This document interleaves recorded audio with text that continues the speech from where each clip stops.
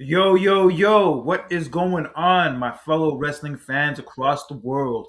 Welcome to a brand new week, and welcome to a Royal Rumble predictions and wrestling review rewind edition of what we like to call the Clash of Champions, where we dive headfirst into all the controversy, storylines, personalities, and everything in between that center around this world we know and love as professional wrestling, for better or worse. I'm your host, the vegan you believe in, Conscious Kurt, aka Kurt GPT, the moral conscience of America in the flesh as always. And my co-host needs no introduction, but the hell with it.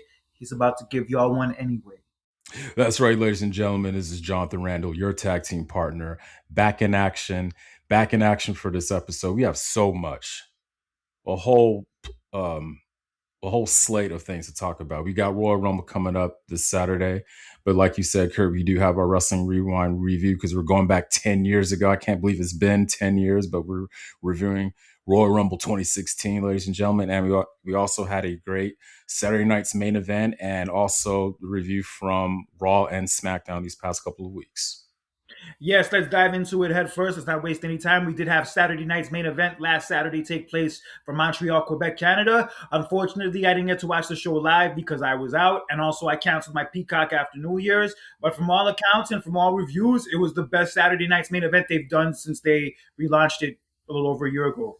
Yeah, a lot of certain decisions and finishes really, caught me and surprised me, man. And by looking at the highlights, because I didn't watch it myself either, though, but watching the highlights, it really, really surprised me. They really delivered on this episode of a Saturday night's main event. Yeah, let's dive into the results real fast. So, in the opening match, which actually didn't turn out to be a match after all, we had Cody Rhodes going one on one with Jacob Fatu. And before this match even started, as Cody Rhodes was doing his damn entrance, Jacob Fatu attacked him, and then the two of them just started brawling all over the arena. And security was trying to stop them, and security were getting their ass kicked for trying to stop them. This shit was wild, out of control, intense, but it's exactly what this feud needed. And even though we didn't get a match, from the way this played out, people Match didn't weren't even really mad. start. Yeah, yeah, Yeah, it was yeah. intense. They took it out to the crowd and just all hell broke loose, just going after each other, especially after that segment that they had between each other on SmackDown the day prior. That was intense.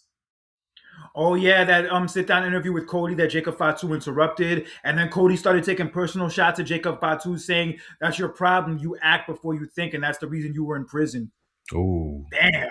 literally hard, man. And it just went after, his heritage. And Jacob Fatu mentioned about how, like, I'm not like the other Samoans and everything, man. It was a very deep and personal segment that they had on SmackDown. So you fast forward the next day at Saturday night's main event, and yeah, I don't blame them for them two going at it at each other. They're down each other's throats, like you said, Kurt. The match never started.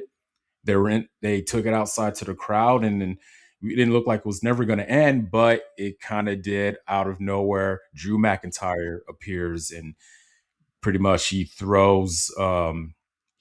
clobbers Jacob Fatu. He like throws him off the one of the sound stages. Yeah, falls through a table because of that, and then McIntyre puts Cody through a table, and McIntyre stands tall over both of them. So yeah, this is a great way to open the show. It was really hot, really intense. Even though you didn't really get the match that was advertised initially, you didn't really feel like you were cheated out of anything because of how well this whole brawl came about. No, I mean, I loved how the way it ended. I know how you talk about how these events are very predictable, but wasn't predictable at all. We didn't see this coming, and this was a cliffhanger at the end of the match, and it's something that we needed, and I loved it for what it was.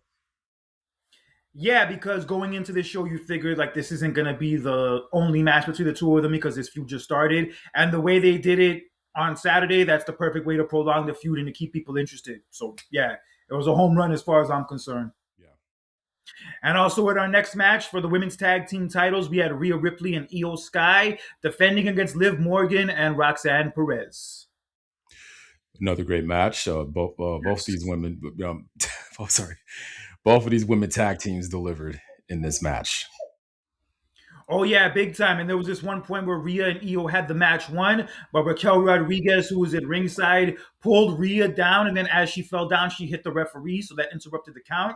And then she attacked both Rhea and Io. And then as this was all happening, Stephanie Vaquer, the women's world champion, came out fully healed from her ankle injury she's had over the last few weeks. She came out, attacked Raquel Rodriguez. They fought into the crowd. And Liv Morgan did hit the Oblivion onto Io Sky, but the thing was, Rhea Ripley got the tag when she didn't see it. And that led to Rhea Ripley taking advantage, laying out her old foe, Liv Morgan, with the Riptide and getting the win and retaining the titles. I love the how again you had a great tag team match, but also you told a story outside of the match. You had Raquel Rodriguez get involved and Stephanie Vaquer coming in to tell their story as well in their feud. And with that feud, I love this feud between Stephanie Vaquer and Raquel Rodriguez. Stephanie Vaquer needs this feud, but also this is leveling up Raquel Rodriguez in her promos recently, especially her recent segment from Raw this past Monday. I loved it. I love just how Raquel is just she's coming up there, man. I love it. Hell yeah. And I love to see every minute of it. But yes, Rhea and Io retain. No surprise. They just got the titles a few weeks ago. But I remember listening to Wade Keller's show a few weeks ago, and they were talking about how they exaggerate too much with the whole Rhea and Io friendship, how they're all like hugging each other, and like Io jumps into Rhea's lap and like just cuddles next to her and all this other jazz. Well, I It's like mean, too come on. much It's not a overkill. surprise. I mean, Rhea Ripley is really, 10 times taller than Io Sky. So, I mean, what do you expect? I'm not surprised to see that. Nah, but there was like a segment like last week when like Liv and Roxanne were like talking crap to Rhea and Io, and like right when Liv was like questioning the friendship between the two of them, like Io just like clutches onto Rhea, like clutches into her arms. I just say to those critics, like to like the Wade Keller conversation, I'm like, yo, maybe Io just likes the way that Rhea Ripley's perfume smells. How do you Probably. know? Yeah. Yeah, Maybe she's a good on some hugger. exotic shit, and very good at pinning her opponents, which a lot of men have fantasies about, but that's another story for another time. Yes. Probably a lot of women too. Probably. But mostly the men. Us. Yeah, but in any event, yes. So Rhea and Io retain the titles, no surprise. And then for the very last time, we got AJ Styles one-on-one with Shinsuke Nakamura at a match that was only signed for the show the day before. Yeah, and this is because this is AJ Styles' last year in the WWE. I don't know, could potentially be his last match this upcoming Saturday, which we'll get into later, Kurt.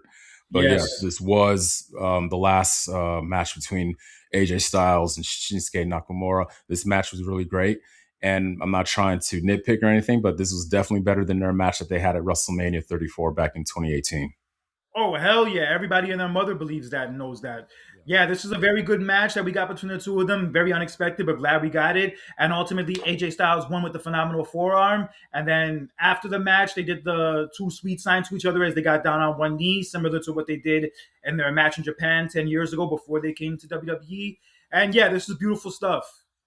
It really was. I just wish they. I mean, don't get me wrong. They had a feud back in 2018 after Mania, after Shinsuke turned heel. But you kind of wish that what they put on this past Saturday, you kind of wish that was like the theme of their feud, years ago. Though, but hey, it is what it is. And it's great that they had a last match with each other because again, they do have a history with each other, working with each other back in Japan. Yeah, and AJ Styles came out rocking the same mask that he would wear like back when he had matches in Japan. Right. I heard initially he wanted to wear that mask at WrestleMania 33, but Vince said no. Oh, 34 when they had their match. No, at 33 when he went against Shane, he wanted to wear that mask that he wore on Oh, Saturday. oh, right. Okay, okay. Well, I didn't know that. Yeah, I don't know. For some reason, I love AJ Styles, but for whatever reason, his WrestleMania matches like never really hit the way that you maybe hope most of them would. Not that they were bad, but a lot of them were kind of like not as good as you maybe thought they would be going into it. You kind of had more expectations on his matches. I think the only There's been a AJ couple of them, Styles, I not even think just the Nakamura one, but there's been like a lot of them where like you were kind of like not as excited about it afterwards as you were going into it. I think the only one that I could think of the top of my head was his very first one, the one he had against Chris Jericho back at WrestleMania 32. That one was pretty good. That one was actually good. That Yeah, one was good. The one with Shane was good, but the Nakamura match wasn't bad, but it was a bit of a letdown compared to what you were expecting. yeah. Randy Orton match was kind of similar. The Oh yeah, Boneyard match was good, but also like the match with Edge, like the match with Edge was a little disappointing. And the match with Logan Paul last year also wasn't like anything that you would like go out of your way to watch again. yeah. But this match was very good, and we're gonna get into AJ a lot more in a couple minutes when we talk about our Royal Rumble predictions. But yes, AJ Styles picked up the win here, and in the main event, we had a fatal four-way to decide the number one contender for Drew McIntyre's world. I'm sorry, not world WWE Championship at the Royal Rumble. We had Sami Zayn, the hometown boy, facing Randy Orton, Trick Williams, Whoop and that Damian trick. Priest, Puerto Rican's favorite son, next to Bad Bunny. That's right. Whoop that trick. I love that, man. I love that Trick Williams is on the main roster, man. But boy, I tell you what, ever since he's been on the main roster, I've been seeing a lot of videos, like a lot of women, not even, or who are wrestling fans, are kind of like, are just like, oh, who is this Trick Williams? I'm like, oh boy. He's one lucky man because he gets to go home to Lash Legend every day. Right. All right, but anyway, yeah, he's been definitely coming off as a star ever since he came to the main roster a month ago. Like he's been having segments with Orton, with Sami Zayn. He's in the main event of Saturday night's main event in just his first month. Yeah, he's doing well. And it's exactly what SmackDown needed. Absolutely. You're pushing the black wrestlers. And you know what? I would love to see him and Carmelo Hayes do a feud with each other. Maybe at WrestleMania, it's very possible. I could definitely see that. And shout out to Carmelo Hayes too, who's been killing it in these U.S. title open challenges since he won the title. Yes, Yeah. And remember, 2026 is looking up for the black wrestlers in WWE, and that's a it beautiful is. thing to see. And also, you need to remember Trick Williams and Carmelo Hayes do have a history with each other back at NXT. Yes, they do, but we'll get into that another time. But in any event, we did have the match here. It was very good, very competitive, but considering that it was in Sami Zayn's hometown and the fact that he's been kind of teasing for a while that he wants to be the world heavyweight champion or a world heavyweight champion, it was no surprise that he ended up winning the match here after laying out Damian Priest with a haluva kick. And that's all she wrote. Sami Zayn will challenge Drew McIntyre this Saturday at the Royal Rumble for the WWE title. I actually was a bit surprised, though. I mean, yeah, they were in Sami Zayn's hometown, but then again, you got to remember Randy Orton also stated that he wanted a shot at the title as well. Because going into that night, I kind of thought that Orton was going to win. Hey, but it is what it is. But I am happy for Sami Zayn. I am. Yes, me too. Me too. I'm happy that he's finally like in the title picture again. I'm actually happy he's going to be on a PLE for the first time since SummerSlam. So Mm. yeah, it's all good. Yeah, I know All right, but Orton will eventually will get his title shot. I hope going into Mania he'll be in that title shot picture though. But yeah, Sami Zayn deserves it. Happy for him. all right, but yeah, any event that was Saturday night's main event, good show overall from top to bottom. And yes, we did have Raw on Monday. And to open Raw, we had a segment with AJ Styles talking about how he wanted to have one more shot at the World Championship before he retires. And he was interrupted by World Heavyweight Champion CM Punk. And the both of them agreed to have a match later in the night for the championship, which would be the main event of the show. But before we got to that, we had a six-woman tag pitting Rhea Ripley, Io Sky, and Stephanie Vaquer against Liv Morgan, Roxanne Perez, and Raquel Rodriguez. That ultimately Rhea, Io, and Stephanie Vaquer won. It was a fun match. Many people said it was the best part of the whole show. And It then we was. had a segment. Yeah, and then we had a segment between Braun Breaker, who was just brought back from suspension, facing off with Adam Pearce, where Adam Pearce and him would have a conversation about what happened. And I don't know what the hell happened to Adam Pearce in those last 2 weeks, but he was really kissing the ass of Braun Breaker in the rest of the division, talking about how I apologize for putting my hands on you first. You're in the Royal Rumble. Everybody else in the division's in the Royal Rumble. Everything's all good. I don't know if like he got a phone call from somebody like Triple H or somebody higher up and like they straightened him out. But yeah, his tone completely changed compared to that incident they had 2 weeks ago. It was Big time. weird. I Yeah, very knew weird. I knew that they were gonna, do some storyline. They're gonna bring Braun Breaker back because I predicted it, and he is still my pick to win the Royal Rumble this year. But it's kind of weird how the way they did things. I get it. Paul Heyman was advocating, saying, "Oh, Adam Pearce was the one who put his hands on Braun Breaker first." But still, though, and it was kind of weird how the way that the whole thing was set up, though. But yeah, Braun Breaker is in the Royal Rumble, and the whole entire Vision is in the Royal Rumble. So, wow. Yeah, but one person, unfortunately, who will not be in the Royal Rumble is Finn Balor, as he had a confrontation with Punk earlier in the show after their match last week in Ireland, where Punk beat him. Although it was a great match and Finn got a lot of love and fanfare coming out of it, Finn and Punk had a confrontation backstage this week where Punk basically told him, like, if you really want to be WWE champion or a world champion, you gotta stop hanging around garbage like Dominic Mysterio. And if you want another title shot, win the Royal Rumble, and I'll see you in Vegas. So Finn tries to go to Adam Pearce to say that he wants to be in the Royal Rumble, and Adam Pearce tells him that all the spots are full. The hell? That fast? We haven't even announced 15 people, let alone 30, and he's going to tell us that the slots are all full? You got 30 men, and it's funny because if my memory serves me correct, I remember, back in the day, you knew pretty much knew majority of who was participating in this match. And this build up to the Royal Rumble hasn't been good, Kurt. And I really heard what not even a dozen. I only heard like at least a handful of wrestlers who's going to be participating in this year's Royal Rumble for the men. So to say that Finn Balor is not in it because it's full, that's a bit odd. They've had 2 months in between Survivor Series and now Royal Rumble coming up to, like, build it up, announce people for it, etc. They didn't announce the first entrant for the Royal Rumble until 2 weeks ago when Cody declared that he was going Right. to be in it. It's way too late. Wow. Way too late. We'll Usually, dive into like our feelings about the promotion or lack thereof for this Rumble in a few minutes. But yeah. yeah, Finn Balor was told that the slots are full, and as he was walking away, Liv Morgan was like waiting right around the corner, and she was basically playing mind games, telling him that, oh, Punk doesn't care about you. Punk doesn't want you to be champion. He's just playing up to you. He's just trying to get in your head. We're your family. Judgment Day is your real family.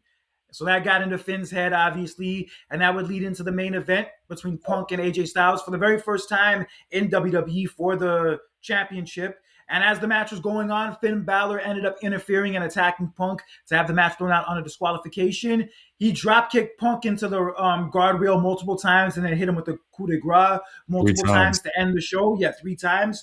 So it's looking like we're more than likely going to see Punk maybe against Finn Balor at Elimination Chamber. But from the way this is all playing out, this is all leading to a Finn Balor babyface turn.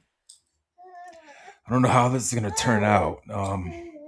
Yeah, I could definitely see him in another title shot with CM Punk later down. I don't know how they're going to do this, but a potential I baby. haven't. I think I know what's going to happen. Hmm. This is all like I said. This is all leading to Finn eventually becoming babyface, and that's going to lead to a match between Finn and Dominic for the title, the IC title, that is, at WrestleMania. The match I should have done Okay. over a year ago. Okay. Wow. Okay. Yeah, because you heard Punk tell Finn, like, yo, you need to stop hanging around garbage like Dominic Mysterio. And then, like, Liv tried to get in his head and try to, get him to, like, come more around to the Judgment Day side. So, like, that was his way of reacting to it here. But even though he attacked Punk here, I still think he turns babyface by the time this is all over. Hmm. Makes sense. Yeah. We'll see. Yeah, so that was Raw. It had its moments, but overall, like, nothing really you're missing too much from except for that 6 women's tag match. Uh, So let's get on to our predictions for this Saturday's Royal Rumble taking place from Riyadh, Saudi Arabia for the very first time.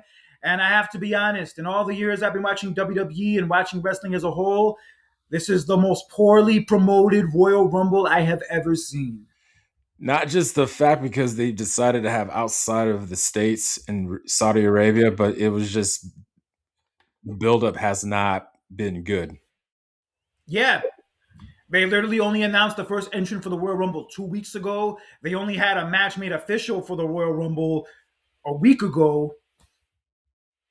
And it's clear that, like, from the fact that it's going to be in Saudi Arabia and the fact that they're getting paid so much money to do it in Saudi Arabia, that there's kind of like a mentality going into this show of, like, let's just get this over with. Yeah, and it's the new year. You're supposed to be, for the creative, you're supposed to be fresh up. Hey, new vibes, new year. We have Royal Rumble, road to WrestleMania, but I'm not feeling that, man. I don't know what was going on. I don't know if they're still a bit, um, vacation hungover from Christmas break, I believe. I don't know. That could be one aspect of it, or just a hangover from the up and down creative from last year. Or, like I said, they maybe have a mentality because it's going to be in Saudi and whatnot that they just kind of want to go there, get the show over with, and then move on. I'll tell you what, though, I do. They did a good job in building that their arena.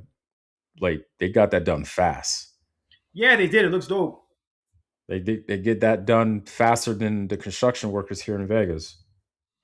But honestly, looking at it now, considering that it's going to be in Saudi Arabia, the way the women are all dressed for the women's Royal Rumble is going to be interesting. Oh yeah, The creative ideas they come up with. right. Yeah, bro. I remember like over the summer we talked about this, how the build for like Evolution turned out, also the build for SummerSlam turned out. Evolution still turned out to be a great show and SummerSlam was still pretty good overall. So hopefully, fingers crossed, this Rumble turns out to be good despite the lack of build going into it. I hope, and I think yesterday Triple H announced that there's going to be a lot of surprises in this year's Royal Rumble. Oh, and it's gonna be So a and he also probably said there's gonna be a new era that starts at the Royal Rumble too. He probably also said that. I mean, when is that's nothing new. I mean, how many times have you heard that? Every month it's a new era. Every month, every show, it's a whole new era. It's gonna be shocking moments, this, that, yada yada yada. Sure. But who knows? Anything's possible. Maybe he'll make a cameo in the Royal Rumble match. Oh, who? Triple H? Yeah. Oh no, he can't with his health condition. Oh no. Well, yeah, doubt that. Yeah. Yeah, I figure, but I have been hearing things a lot lately that he's probably likely going to wrestle at WrestleMania next year in Saudi. Huh. It is what it is, but yeah, this Rumble has been very poorly promoted. Not a lot of hype going into it for what should be one of the biggest events of the year. But hopefully, just like Evolution and SummerSlam, which were also poorly promoted last summer, turn out to be solid shows. Hopefully, the same happens in this case. I hope so too, man. Just like I said, the build to this Royal Rumble hasn't just not a lot of writing on it, and also insult to injury, the fact that it's in Saudi Arabia, and I don't know, man. We're just hoping for the best. So All right, but let's get into our predictions real fast. So, first off, let's go with the Women's Royal Rumble. We do have the Women's Royal Rumble. Some of the participants do include Rhea Ripley, Io Sky, Liv Morgan, Roxanne Perez, Raquel Rodriguez, also Jordan Grace, Becky Lynch, Maxine Dupree, and Natalia will probably be in it too, a bunch of other people. But with all those names announced, the one person I am picking to win is one person who has not been announced for this Royal Rumble. And if she ends up coming back this Saturday, she is my pick to win. And do you know who that person is? you said she's coming back to win. If she ends up coming back Saturday, I think she's going to win. It's not official yet, but there's a chance she could come back. Oh, I know. She's been gone for a while. Been gone almost a damn year. Yeah, yeah. So that person I am talking about is none other than Bianca Belair. I predict that Bianca Belair will win her second Royal Rumble this Saturday. But if she ends up not making the Royal Rumble and if she still can't come back in time, my pick for the 2026 Royal Rumble, I'm gonna have to go with Liv Morgan. I kind of figured out you were going to pick him. Her, sorry. Damn, son, what's up with Sorry. that? The Sorry. disrespect. No, my bad.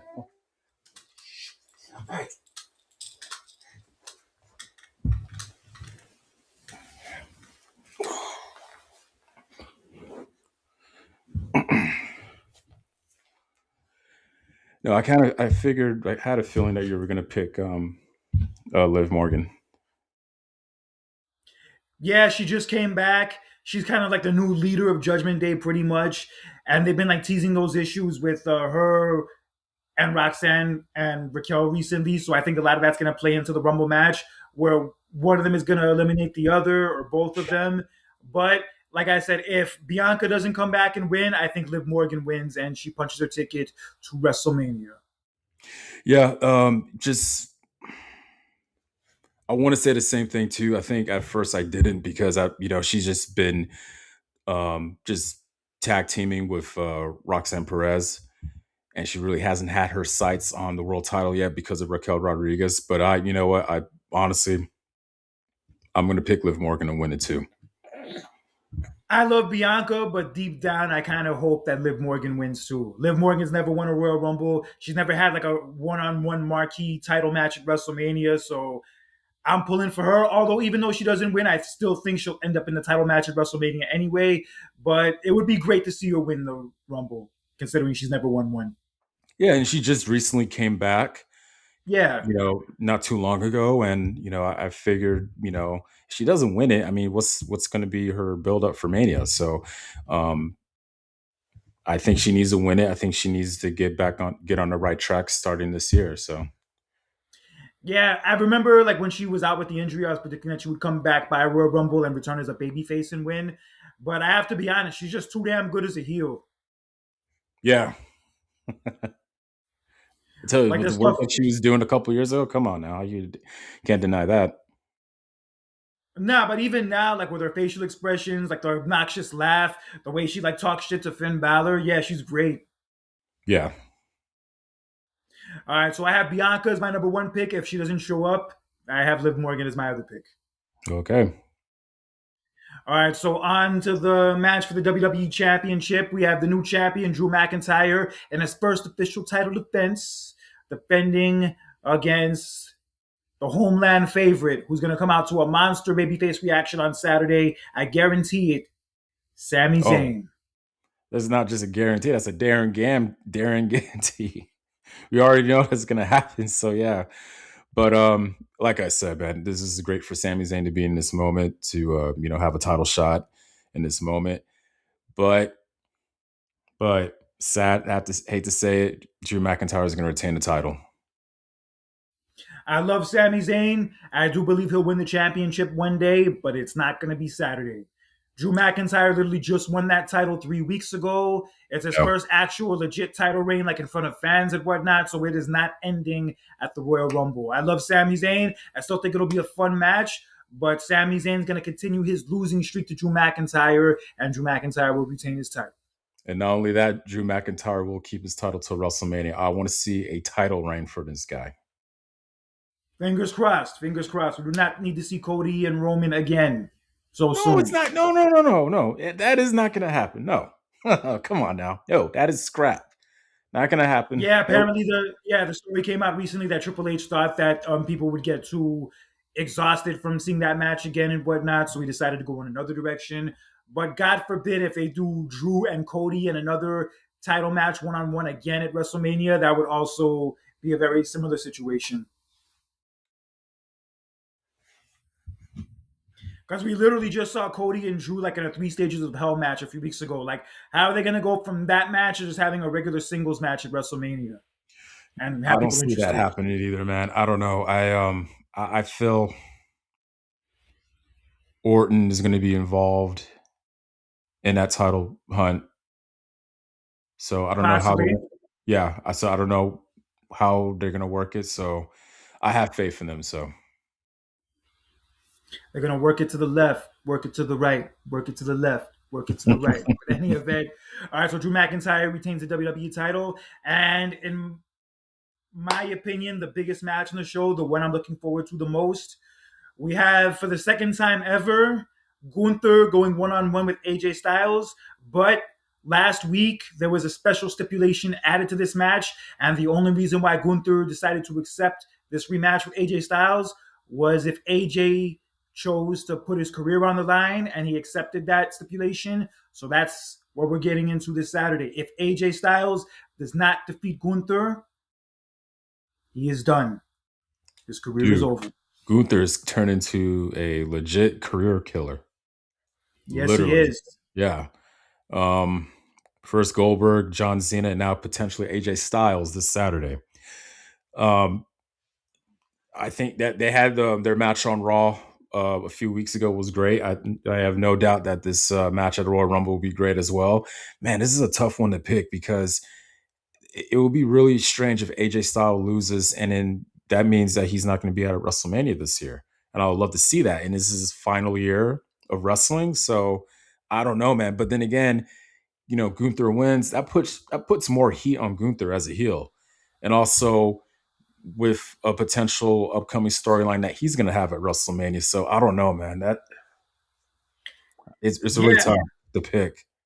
I thought they were gonna do this match with that stipulation at WrestleMania, but the fact that they're doing it so soon, like at the Royal Rumble, like at the start Yeah, of the year, and the fact that they had AJ like randomly go against Nakamura last Saturday at Saturday night's main event, and then against Punk on Raw, for the it kind of title. yeah, considering all that, like the fact that they're squeezing these matches in like right now, it's making me feel that Styles is going to retire on Saturday and that he's going to lose. Man, so no WrestleMania for Styles this year. Possibly not. His That's what I contract was afraid of. expires. Yeah, his contract expires next month. It expires in February. So Oh, okay. from the way it's playing out now, and the fact that they're having this stipulation for their match this soon, it's really making me feel like he's actually done on Saturday. And this Royal Rumble will mark 10 years since his WWE debut, Yes. which we'll get into later. Mm-hmm. Um. Hmm. It'll break my heart, It'll and I break my hate to heart admit too, though. this. But Gunther. Yeah, I picked Gunther to win. Yeah. Gunther's going to win, and we are going to see AJ Styles' last match in WWE. But a part of me starting to feel that even if it's going to be his last match in WWE, he might do like a farewell tour, like doing other matches in Japan, maybe doing a TNA shot here and there. It's possible that that could happen too. Yeah. Possibly. But he's been saying that this year is going to be his last year, and it could possibly come all crashing down this Saturday. And yeah, that could be the very last match we see of AJ in WWE at least.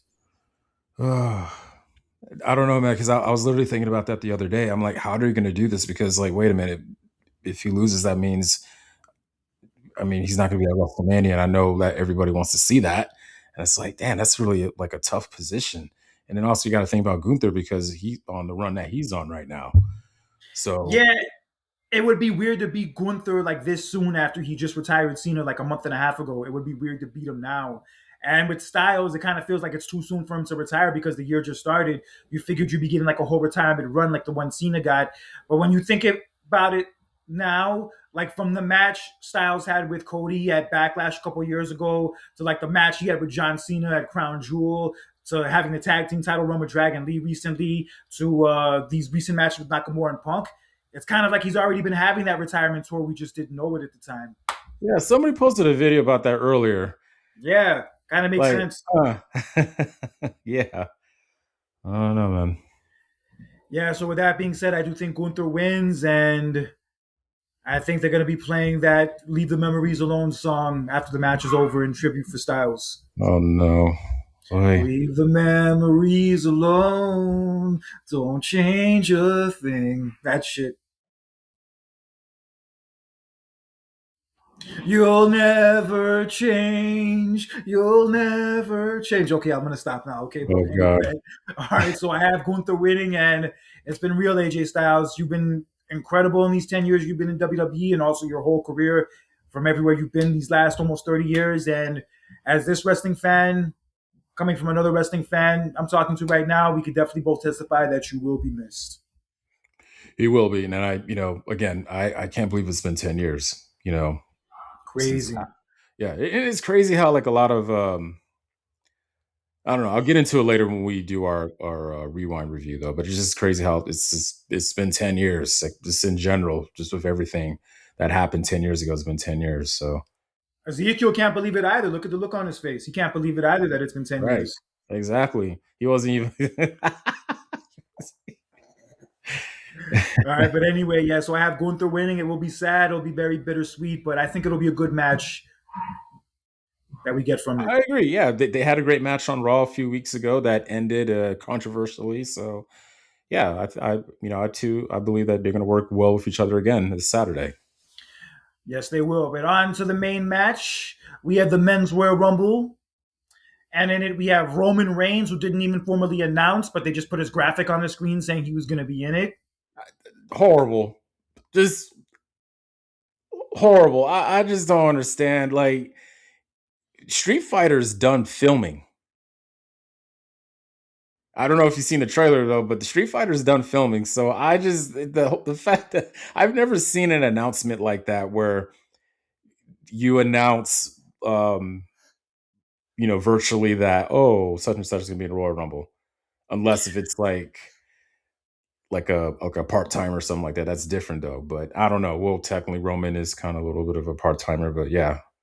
Yeah, we got Roman in there. We got Cody Rhodes in there. We got Jacob Fatu. We got The Braun Vision. Breaker. Yeah, Braun Breaker, The Vision, Rey Mysterio, Penta, Yeah. Some probably Randy Orton, Trick yeah. Williams, Damian Some Priest. yeah, some surprises potentially. So Yeah, it's looking like a stacked Royal Rumble for the men. Also, Jay Uso. Funny, ever since Jimmy and Jay won the tag team titles, we've barely seen Jimmy. yeah, that's weird though. We saw Jay this past Monday on Raw, but no Jimmy. That's weird. I think Jimmy's been at home taking care of like Naomi. Yeah, some situation Ah, with that. yeah. And because they were like on the international tour recently, I guess he didn't want to travel like too far with Naomi being pregnant. It's another person who hasn't really been, on the air or defending a title. Dominic Mysterio because he's been injured. No, Jay Cargill. Well, she's been on TV, but she has not defended the title once since she won it 3 months ago. Yeah, that's 3 months, dude. Come on, that's Well, to be fair, she doesn't have a lot of competition on SmackDown right now, except for now Jordan Grace. Like they've been teasing her and Jordan Grace lately. that was weird because when it comes to the women's Royal Rumble, I was really trying to think of a potential superstar on, women wrestler that could potentially win the Royal Rumble from SmackDown, but I really couldn't like think of anybody. Yeah, if Bianca doesn't come back, yeah, it's definitely Liv Morgan's Rumble to win. Yeah, and it would be cool if Bianca won. She'll go after Jade. It will make things interesting. So Exactly, exactly. yes, yeah, you are right about that. All right, Hmm. but as far as the men's Royal Rumble goes, overall, yeah, this has been a very poorly promoted Royal Rumble this year. The men's doesn't feel as special as it should, but there No. still is a lot of star power in it. There's still a lot of great people in this Rumble match that'll make it fun. And with that being said, my head says Roman Reigns, What? but I really Oh, don't want it to happen because he's barely been on TV for 2 months and he's part time now, yeah. so I don't want it to happen. But my heart says Braun Breaker. Same here. I've been saying that for almost a month. Dude is on fire right now, man. Especially with his storyline with his little short feud with Adam Pierce, and then also the fact that he was in the title match against CM Punk, and everybody was like complaining about him losing. Guys, have faith. Don't lose hope. The future is bright from Braun Breaker, and it starts this Saturday. Braun Breaker will win the men's Royal Rumble, and he will go on to main event WrestleMania. Yeah, I would much rather see him win over Roman. Roman's won the World Rumble already. He was a champion for almost 4 years. He's part time now. He does not need it. Braun No, Breaker is the future. I can understand why Braun Breaker didn't beat Punk for the title a couple weeks ago. I get it. But yes, now he needs to win this match. yes, and with the fact that he was suspended, that even put more heat on him. So yeah, come on now, get the ball rolling and do what you need to do. The Royal Rumble's for people who new people up and coming, especially when their future is bright. And this is the moment for Braun Breaker. He's going to win. So I've been predicting this for about almost a month, and I'm sticking to it. Yeah, I think I'm gonna stick with that prediction. Also, Braun Breaker will win the 2026 Royal Rumble, punch his ticket to WrestleMania. Who he ends up facing at WrestleMania remains to be seen, but we'll see what happens between now and then. But I am looking forward to seeing what angles come out of the Royal Rumble that build towards WrestleMania, like what feuds we're likely get going into WrestleMania season. You know what? I hope the build up for this year's WrestleMania will be a little bit better than last year's. Yeah, the build up for WrestleMania last year was very, very hot and Mid. cold. Like one week it would be good, the other week it would be bad, the next week it would be okay. Like I remember coming out of Elimination Chamber, like it really started to feel like it was heating up. Like things Yeah. were starting to spice up, and then 1 week later, it kind of went back to being the same old, same old. Mm-hmm. Yeah. All right, so yes, that is the Royal Rumble for 2026 this coming Saturday from Riyadh, Saudi Arabia, 2 p.m. Eastern start time for me, 11 a.m. West Coast start time for you. I'm actually Not too gonna bad. probably go watch it. I'm probably gonna go watch it at a bar because I'm off Saturday. Oh, cool, man! You had to travel through that snow. It was worth it. It's gonna be weird going to a bar at that hour of the day on a Saturday afternoon, but whatever. Maybe it'll be fun. Be careful. Stay warm. I will. I'll meet somebody at that bar and I can stay warm with her for the whole weekend, but that's Oh another God! story. If you know any All right. bartenders over there, Hell yeah. All right, but anyway, my brother, let's jump into our wrestling DeLorean. It is that time. yes. So we are going to take you guys back to January of 2016. Since everybody's been talking all about 2016 lately, posting like different pictures and different things that took place in 2016, we're going to take you guys back wrestling wise to 2016 to the Royal Rumble that took place on January 24th of that year from Orlando, Florida at the Amway Center.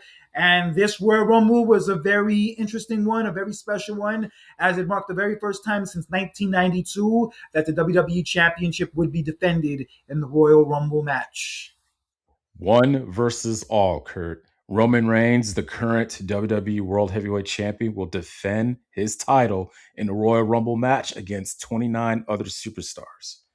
And on top of that, he would come out as the number one entrant. Yeah. Oh, crazy.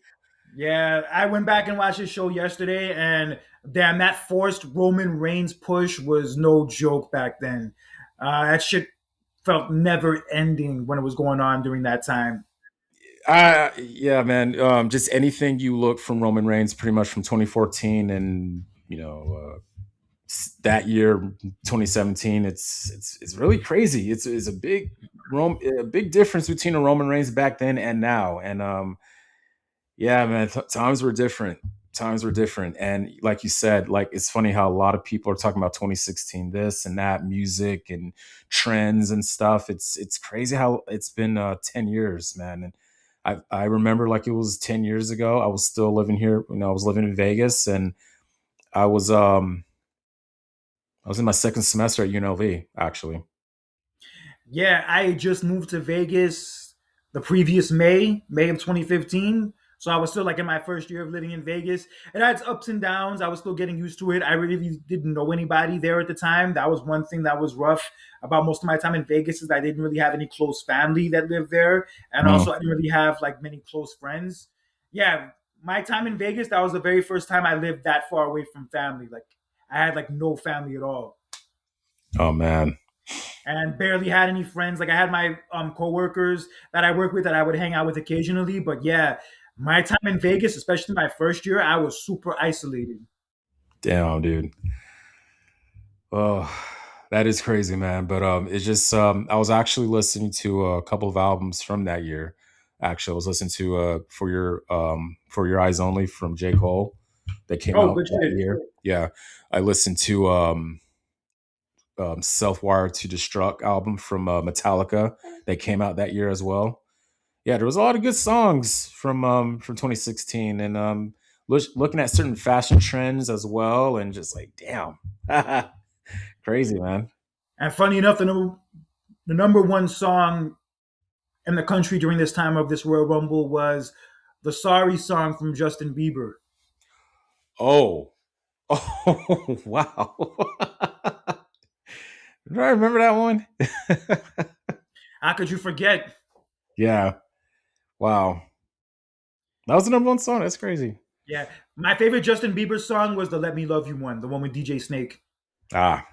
which I hope they play at Ultra when I'm there 2 months from now. Oh, for All right, that but one music festival you're going to, right? yeah, Ultra. Yeah, I'll be there in Yeah. March. Nice, End of nice, March. All right, but nice. in any event, yes. So we had that as the number one song. Other hot songs that were out at the time were that song from Adele, "The Hello from the Other Side." Oh, that was a good song. Hello from the other side. Yeah, she bodied it. I remember hearing a corny joke about that song once, where they asked them, "What do the chickens say that cross the road?" And then they say the lyrics to that song. Oh my god, what the hell? Yeah, some shit like that. Wow. All right. Anyway, also another hot song that was out during this time that I liked a lot was that song "Stressed Out." By who? Wish I could turn back time to the good luck days, and Hmm. I'm just saying, yeah. The rest of the lyrics are kind of slipping my mind, but that's kind of like the way it Yeah. went. Okay. Huh. Also, there was a 7 years old song. Once I was 7 years old. I mean, you're not catching any of these. I don't know, man. Like, are these These mostly songs like were pop hot during songs? these were hot during the time, like when like this early 2016 period, they were playing these songs nonstop. Maybe I gotta look it up again, because if there were pop songs that are probably like, eh. The Justin Yeah, Bieber one I know for. the Adele, of course, I weekend, know. the weekend was hot during this time, like coming off of that Oh song hell from yeah.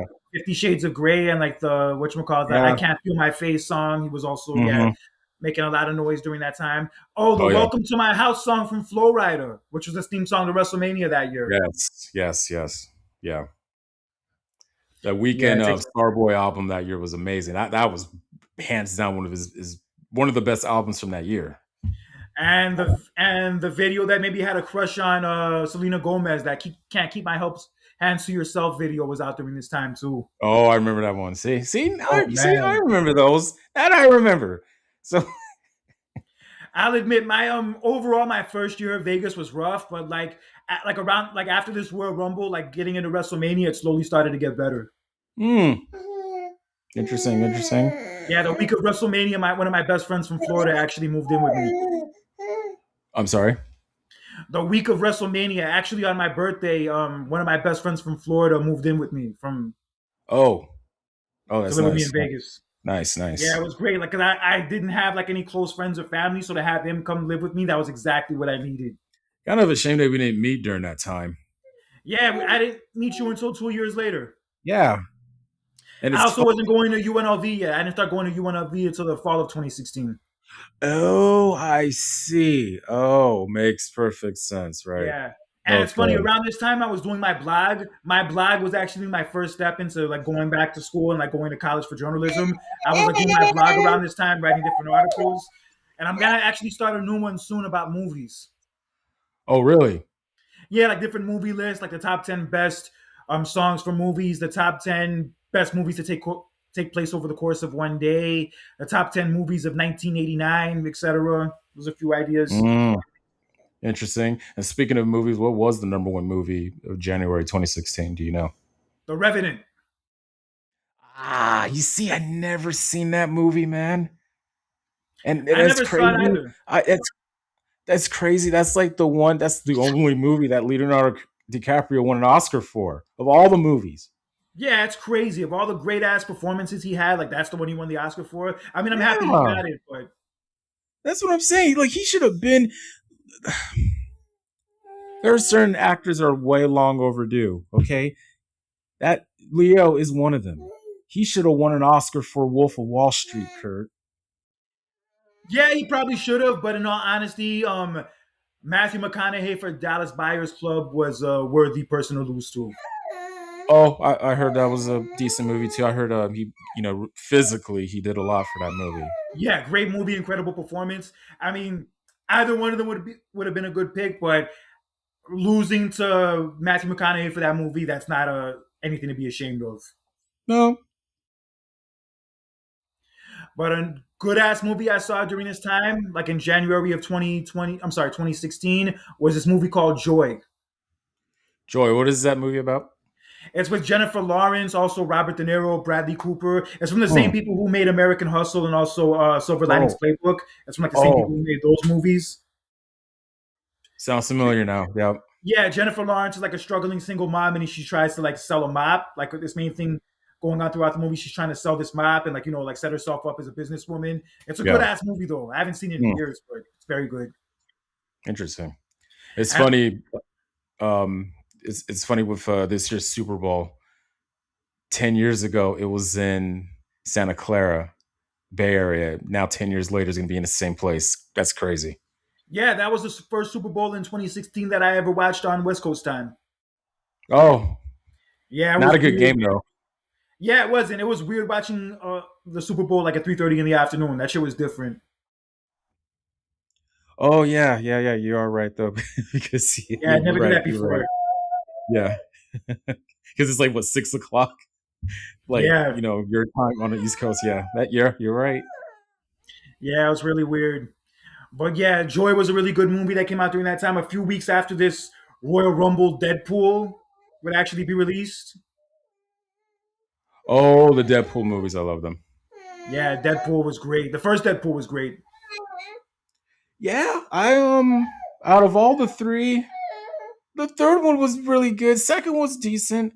That first one hits different, Kurt. First one's great. I love the first one. Yeah. Like Marvel really found like a niche with those R-rated Marvel movies with that movie. Like that, and Oh also yeah. Logan. Also Logan that came out the next year. Yeah, they really found a nice sweet spot with those. Yeah, they did. Well, Blade being the first one too, because that was R Yeah, rated. but Yeah. but I'm saying like more in recent times because that was like years Oh, before by that point. true. Very true. Yeah. Yeah, so you had you had Deadpool about to come out a few weeks after this Royal Rumble show, among other great movies that came out throughout the year, like Civil War later in the year. So yeah, Oh Marvel was still heavy, dominating the yeah. box office during this time, and dominating the NBA during this time was the Golden State Warriors, who were in the middle of their 73-9 um, Perfect record during season. that time. Perfect season. Perfect season. And Not perfect enough because they didn't win the championship. I know, but damn it, don't rain on the parade. I think you know what, Kurt. Wait, it What just parades? They don't get parades for second place. no, no, no, no, no, no, no. You need to remember. You know what? 2016 is by far one of the greatest sports years. Oh hell yeah, no Think debate on about that. what happened that year. You had the Warriors season, the great NBA Finals. The Cavaliers come back down from 1-3, or sorry 3-1. Okay, Kobe Bryant's retirement. He dropped 60 points in his final game. I remember around this time actually I ditched a date early, mainly because the date sucked, and I told her I had to leave to watch a game, and that game was going to be Kobe's last game in Golden State. Hey, good for you. Hey, overall, it was just it was a horrible date that I shouldn't have been on in the first place. Within the first 5 minutes of talking to this girl, I realized she was a huge, gigantic airhead. So I said, like, yo, I gotta get out of here now. I don't care if I come off as an asshole. This date is killing more brain cells than Coca Cola. I need to bounce. Not a Coca Cola fan. I'm not a soda fan. Period. Ah, I feel you. I drink gin and tonics once in a blue moon and rum and cokes once in a blue moon, but that's as far as I go. Got you. Got you. All right, but in any event, yeah, so that was going on in the sports world during that time. Yeah, the movies, it was still fun to go to the movies in 2016. Yeah, in 2016, it was still a good vibe to go Of course. see a movie. It wasn't overly expensive like it's become now. I mean, look, I get the tickets thing though, but when you're talking about the food, I get it. But guys, just sneak your food in. Come on now, just Big time. seriously, sneak your food in. And look, I don't know if certain theaters check your bags. I know there was one particular theater that I used to go to in high school. They'll check your bags, but majority of the time, other theaters they don't I check don't anything. care. So yeah, just bring your own food, man. And honestly, most of the people that work there don't get paid enough to care. So here's what it is. Oh, that's true. That's true. That's a good point. That's a good one. Bees like that. But anyway, Yeah. so yeah, those are just some of the things going on in the world of music, movies, pop culture, etc. And also, funny enough, this was the year where the whole Trump presidency thing like first got Oh going. Lord, yeah, which was later that year. I joked. I remember. I joked about how if he gets elected, I'm moving to Canada. I actually made. It's funny because that I think in my personal life, 2016 was kind of like a. I had like a character development with myself that year. Like I kind of Me made some too. changes. I had some changes about myself personally, in a good way. I dove deep into social media. I first got my Snapchat and I had an Instagram that year. And I remember I made a video of me pretending like I'm packing my clothes the day of the election. Oh God. Literally. It was Yeah, I funny. feel so. I remember that blog I was doing at the time. I was like doing my best to avoid talking about Trump and politics, but it just got to the point where I couldn't resist anymore because it was too big of a story. So I Yeah. ended up writing an article about like all the reasons why people don't like Donald Trump. And that article got the most engagement out of any of my articles up to that point. Oh, about that election from Trump. No, about just Trump in general, like how, like, these are the three reasons why I don't like Donald Trump. That's basically the article I wrote. And then, yeah, it got just more engagement than any other article I wrote up to that point, which pissed me off because, like, I'm like, yo, I'm a good ass writer. I have like, real legit things to talk about, and this is the thing that's gonna get the most engagement. This Donald Trump bullshit. I thought it was all of a joke when I was hearing rumors about it. I was like, Yeah, this dude, like, what? What? Come on, like, yeah, stop. like yeah, like when he first announced like the year before, like in 2015, that he was running for president, I'm like, yo, get the fuck out of my face. This dude's not gonna be president. This dude's an ass clown. He's not gonna be the fucking president. And And then not lo only and that, behold, the more it built up, the more time went on, the more momentum he was building, the more supporters he was gaining, the more people there were that were excusing all of his bullshit, and then he eventually got the nomination. I Like was that was saying, the point. Yeah, go ahead. I'm sorry. I'm sorry, like I was saying to myself, like, okay, first of all, no, who's gonna be stupid enough to elect this dude anyway? Like, okay, We got our business, answer. right? We did get our answer literally because, literally, I mean, racism is still active and alive, but that year in particular, and in the following year, literally racism literally came out comfortably because of him. So, oy. Yeah, there were a lot of people I soured on because of the whole Trump thing, who I thought otherwise were cool. But the fact that they were like, always defending Trump every time he said something stupid or said something like, ignorant or racist or like anything that he did in the past that was racist or unethical, like they would still defend it and find ways to make excuses for it. So like I'm like, yo, I can't take people like that seriously. Like, I can't give you any kind of credibility at all when you excuse like this shit that's blatantly happening right in front of you, and you still find ways to sugarcoat it and denounce it and act like it's not happening or act like it's not as big of a deal. And 10 years later, we're seeing the exact same thing. I Like, know. it boggles my mind that it's been a whole 10 years of this whole Trump thing. And he already lost an election and then got reelected. It's like, yo, it kind of feels like it's getting to the point where like there's almost no getting rid of this dude. The whole thing is a joke. The whole, Big time. like, I just look, the next election, which will be in 2028, right? Yeah. Give me an election that really means something. Don't give me like a circus like a couple years ago. And to the Democratic Party, I say this with love. And to Democrats, I say this with love. Give us some damn candidates that are actually worth a damn. That's exactly what I'm saying. Please give us something just that's worth. Give us something that's really going to challenge our minds. Like, hey, you know what? There shouldn't be any hate or hostility towards somebody because of their party. Just give us a legit, you know, race, presidential race, kind of similar to Obama and what was the John person he ran McCain. against? Yeah, think no, in 2012, his second run. Oh, Mitt Romney. Yes, that was the last time we had like a legit good presidential race. Like I didn't have anything against Romney. It was just like, come on, it's just give us something real. That's Well, all I'm asking.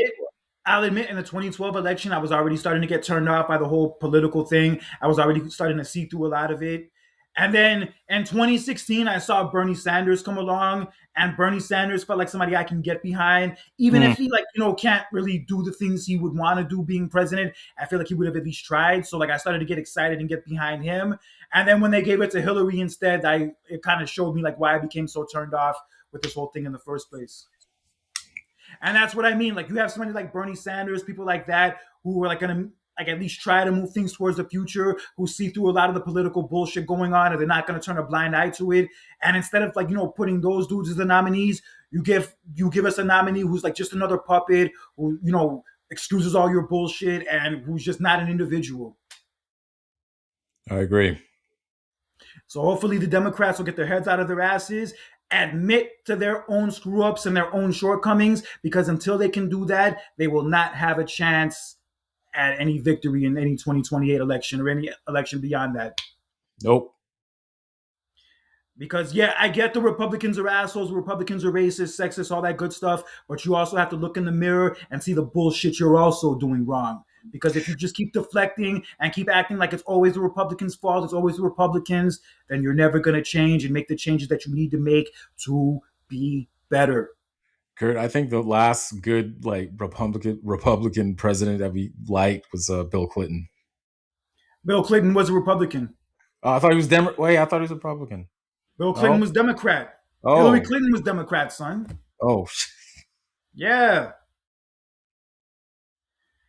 The last one I could think of that I didn't really have any issue with, that I can't really think of anything bad to say. Oh shit, that's tough. I'd probably have to go back to maybe the '60s, if that. we weren't even born. Exactly. I mean, Nixon sucked. Nixon sucked. What about Bush Senior? Was he? Bush Senior was also garbage. Wow. Let's see. Bush Jr. was an idiot, and he also sucked. Ronald Reagan. Ronald Reagan, I'm also not a fan of. History hasn't been very kind to him. Oh. Also, Trump goes without saying. Yeah, I don't even need to say anything about Trump, but you guys already know by now.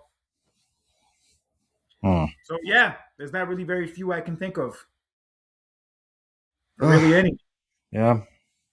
All right, but anyway, enough of this negative bullshit. Let's get into what we mainly came to talk about today. That is Royal Rumble 2016. And yes, this was the second Royal Rumble to take place in Orlando, Florida. Funny enough, the Wrestling Review Rewind we did for the Royal Rumble last year was also from a Royal Rumble that took place in Orlando, the 1991. Yeah, and it's funny. I don't know if you were paying attention to the graphics in of a PLE. Oh yeah, the graphics were dope with the Roman characters and all that. Yeah, it was dope. It gave me 2006 vibes. Yeah, I loved it. Yeah, 2006. It wasn't a good Royal Rumble, but it had a dope entrance, and yeah, that Oh my graphic God. was also great. Oh, that entrance was fire, and it was in Miami too. Oh my God. Yeah, and funny enough, the last time up until this Royal Rumble where the WWE champion competed in the Royal Rumble match was also the 1990 Royal Rumble when Hulk Hogan was in it. Yeah, crazy. All right, so yeah, the Roman Reigns like mega push, like the Roman Reigns Force experiment was like really at its peak during this time. They were like doing everything to get the crowd to cheer him, from having like the McMahons go against him, and then having the McMahons put him in the Royal Rumble as the number one entrant and having to defend the title in the match. So yeah, they were like desperate as fuck to like get the people to like him. And it didn't work. And don't get me wrong, I like how Vince was involved, because before that we didn't really see him a lot. But it was cool to see him on camera and do his do the Mr. McMahon thing. It was cool. But they were just doing that so they could push Roman, so we could get on his good side, and it didn't work. Yeah, because like when he was feuding with Austin in the Attitude Era, you bought it, like you were invested in it. But when you saw this whole scenario, you could like tell it's forced, and you could tell they're just trying to do it to get the people to like Roman. It doesn't feel real. It doesn't feel authentic. And that's why the people rejected it, and rightfully so. Sure, I think every feud that Vince was involved in prior to this, we brought in. This is the only one where we didn't. Hell, we brought in. Wasn't that crazy about either? I know, Kurt. We brought into Vince versus Stephanie feud back in 2003 more than this. Yeah, that's not saying a lot. I don't like to remember. We did. We did. Come on now. You were on Stephanie's good side. She was the GM of SmackDown, and you're trying to stand her ground. Come on now. Come on. And that was a weird ass match and a weird ass time. But in any event, yes, this was also it was. But anyway. And yes, Stephanie McMahon was also on the show. Vince and Stephanie like opened the show. They were like arriving to the arena, and then JoJo tries to interview them, and then Vince like shrinks down to like get to JoJo's level. What a fucking asshole! What a fucking asshole, son! And you're laughing at this. It's Mr. McMahon for you. Come on, he's always been like that. What else is new? That shouldn't surprise you. What else is new? Come on. I think my podcast partner has a vendetta against short people. No, it's not because of that. Come on, you just the stuff that he was doing. Come on, that's Little Rascals wouldn't be too happy if they heard about this. What? The Little Rascals wouldn't be too happy if they heard about this. Or the Munchkins. Situation. Or the Munchkins. Yeah, short people got no reason to. That song from the movie.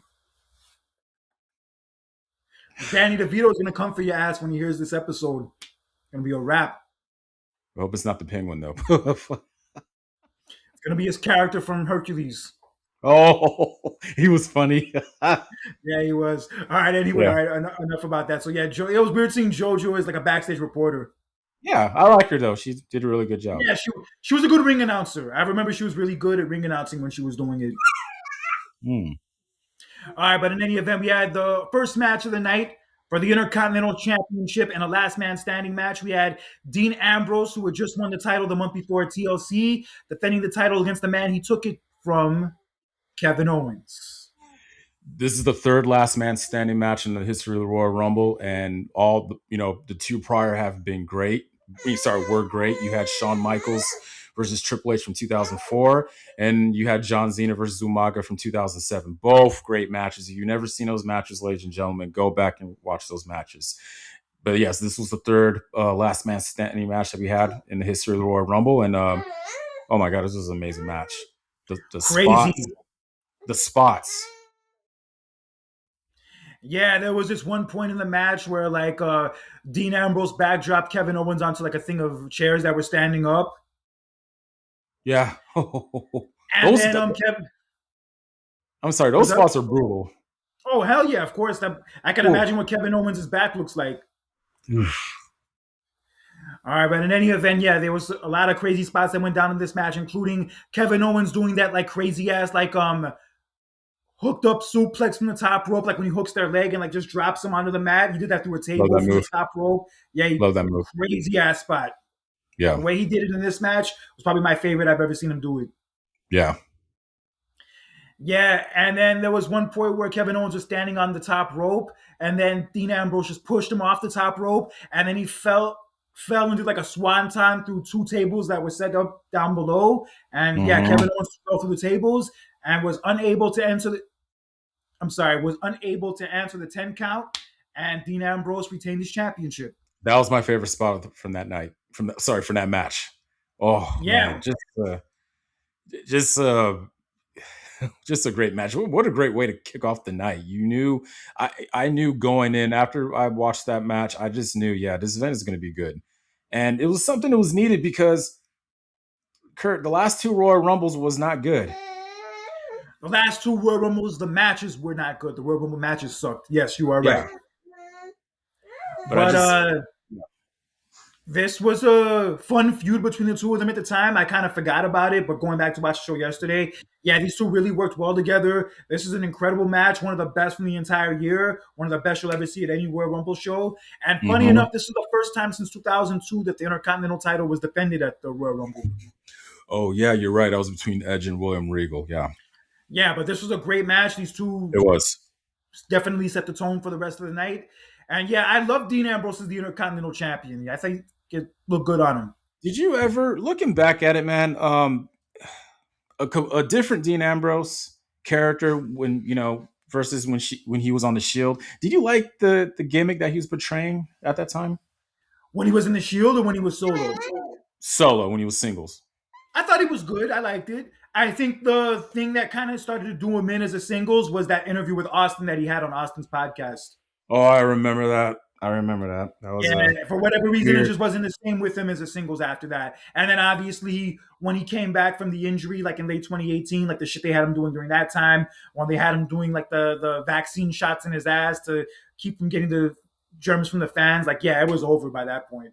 Yeah, But this time in 2016, I think he was gold. Like in this point of 2016, I think he was at his best. the crowd loved him. Yeah, Kevin Owens too. Kevin Owens was also, I think, WWE wise at his peak during this time. Like his first 2 years in WWE were probably the best he was in the company. I agree. Yeah, so Dean Ambrose obtained his Intercontinental title here. And on to our next match, we had the New Day in the middle of their lengthy tag team title run, defending the tag team titles against the Usos. And ladies and gentlemen, New Day were heels at the time, and looking back at it, man, dude, Kofi Kingston and Xavier Woods, look, those as heels. See, they were playful heels. They did a really good job with that compared to now. Just, I don't know, man. Just a different time and different setting. I think they work better as a playful heels versus serious heels now. But different times, man. And I forgot how great and funny New Day was at that time. Oh yeah, this time frame of New Day was gold. Like when they Yes. like initially turned heel and had that long title run when all three of them were together and they would like just make fun of the audience and like they had the trombone. They had like the trombone that actually got broken on TV a few weeks before this. And then Okay, Xavier came out. Yeah, then Xavier came out with a new one. Yeah, it's just so crazy seeing like how popular and how much the crowd was into them back then and how big of a deal they're they were heels. back then. Yeah, Yeah, and you see what they're at now. fall from It's grace. sad. It's Fall from grace sad. is sad. Like I said, you have. I feel like in the wrestling business, you have two type of heels. You have the playful one, and you have the serious ones. And New Day did. They were gold with being the playful heels. It's like they're heels, but it's like the stuff that they were doing. It made you. It made it hard for us fans to hate them. Yeah, eventually they turned babyface. They actually turned babyface not too long after this Royal Rumble show. But yeah, Yeah. they, as heels during this time frame, yeah, they were great. They were one of the better Oh my parts of the god. entire show. Those colorful outfits, the bootios, the trombone, like the unicorns. Yeah, they were killing it, and they had a lot. And they had a lot of longevity too. Like the whole New Day thing went on for years. Like as Yeah, far as you like thought that it would ritual. never end. Yeah. Yeah. And crazy, they went against the Usos here. The Usos were so much different back then too. Like back when they wore the makeup Oh and they would do that man. crazy ass entrance. They would do that salt like that ritual for their entrance before they would come out. Yeah, they were They were completely still a different. good team though. They were still a good team to watch. But yeah, like they didn't really catch the character aspect like they would later on. Yeah. And this would be a prelude to their great matches they would have the next year in 2017. This is all still good, but it didn't have the same juice that their later feud would have. And ultimately, the New Day retained after Biggie got the hot tag and he caught Jay and hit him with the Biggie landing and won the match and retained the titles. Yeah. It was a cool match, but just seeing the New Day come out and do their shtick was the best part of it. It was. Especially when Xavier Woods came out with the trombone, because you think that was the end of it, of the trombone, but no, he came back with a new one. Yeah, but good stuff from New Day, and we would see them later on in the show. And then let's get on to our next match. We have for the United States Championship, Alberto Del Rio defending against Kalisto. Damn, I forgot Alberto all Del about that Rio. dude. Whoa. Wait, hold on, dude. Yeah, Let he me just came hold back to the company. on. Yeah. They had they were very avid with their lucha wrestlers back then. Yeah, they were trying so hard to like find the new Rey Mysterio. They tried with Kalisto. They tried with Sin Cara. Like none of them worked. And now it Yeah. feels like they finally caught on with Penta. But yeah, for years they were trying to find another one. This is like another example of one of them that didn't really click. Yeah. And then Alberto Del Rio. That's I know that's that's a name that's not really fond of now though, but yeah, he was the US champion at the time, and also he was part of this faction called the League of Nations that was comprised of Yes, him, Sheamus, Rusev, and Sheamus, Wade Barrett. Ray Barrett, yeah, King Barrett. So they're- Yeah, yeah. yeah, not one of the best stables in wrestling. Won't really make anybody's top 10 list. I remember back then people would call them the League of Urinations. Oh wow. Yeah, it was. Yeah, this is like all stable that designed to like back up Sheamus because Sheamus was like the champion for a brief period and he had that feud with Roman and yeah, so they put them all together and yeah, Del Rio had just come back to the company a few weeks. I'm sorry, a few months earlier when like Zeb Coulter was his manager and he beat Cena for the U.S. title. And then when Cena came back, he was gonna feud with Del Rio, but then Cena got injured, so then they put Kalisto into the spot instead. Oh. Hmm. And Kalisto and Del Rio actually played hot potato with the title in a few weeks leading up to this. But by this Yeah. point, Del Rio was the champion again. And yeah, the match was fun. The match had its entertaining moments here and there. But Close ultimately, falls. yeah, they had a close fall where Kalisto hit the Salida del Sol, his finisher, but then Del Rio put his hand on the ropes. But then when Kalisto hit it the second time, Del Rio was not able to escape the pin. And that ultimately led to Kalisto winning the United States title for the second time. And he would actually go on to have the title for a couple months. Yeah, he held the title up until about May. Yeah, this is one of that decision where I kind of forgot like who won this match because I was saying to myself like I kind of forgot that I thought Del Rio had won this match though, but again, it's been a long time since I've seen it. It was a good match, but again, it was one of those matches where I kind of like I don't really remember who won or lost. Yeah, it was like I said, fine for what it was, but yes, Yeah. ultimately Kalisto did win the United States title for the second time, and yeah, that was that. And then on to our next match. I was actually really looking forward to this match at the time for the Divas Championship. Yes, it was called the Divas Championship at the time. We had Charlotte Flair with her father, Ric Flair, in her corner, defending against her BFF at the time, Becky Lynch.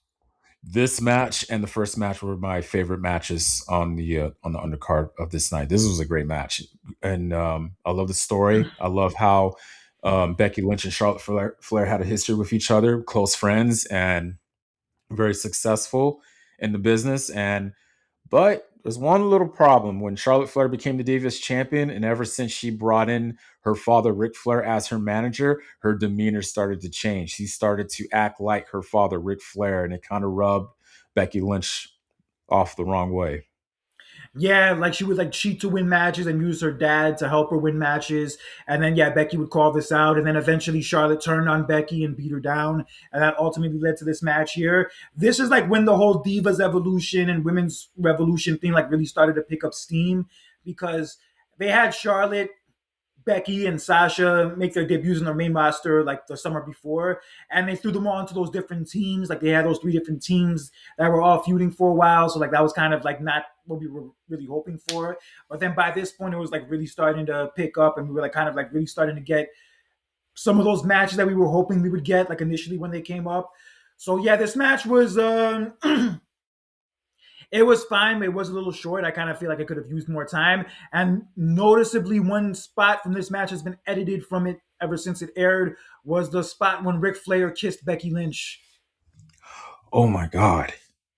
Yeah, there was one point outside the ring when Ric Flair's trying to get in between Becky and Charlotte that Ric Flair actually kissed her.